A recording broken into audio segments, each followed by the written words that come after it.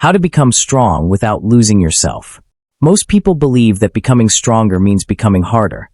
That to survive this world, you have to slowly strip away the parts of yourself that feel, that care, that remain soft. But that is not strength. That is erosion wearing the mask of growth. This is how people see the reality of life.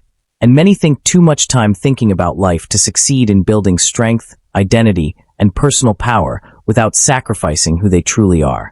If you're someone who has been pushing yourself to be stronger, but quietly feels like you no longer recognize the person looking back in the mirror, make sure to hit the subscribe button and give this video a thumbs up if this helps you out.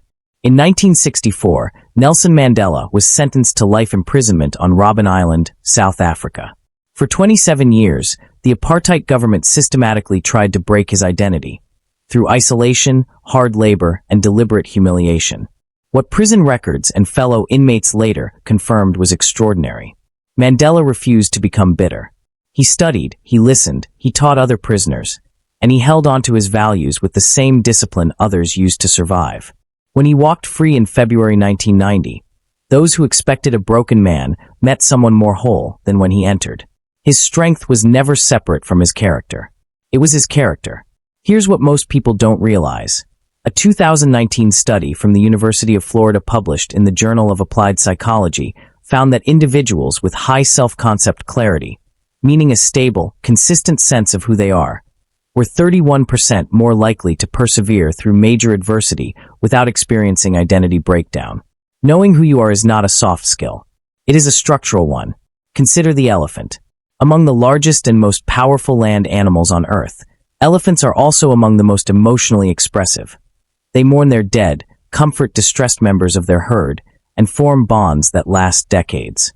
Their strength and their sensitivity are not in conflict. They are the same system. The herd's survival depends on both. Strip the emotion and the hierarchy collapses.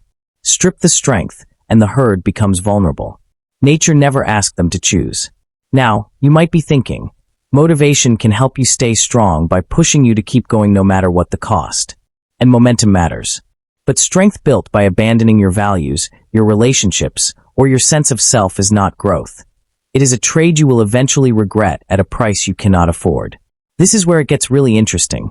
Psychologists at Stanford University identified what they call identity-anchored resilience, the finding that people who remain connected to their core values during periods of intense pressure not only perform better under stress, but recover faster and report greater long-term well-being than those who detach from themselves to cope. 3 steps. Write down 3 values you refuse to compromise regardless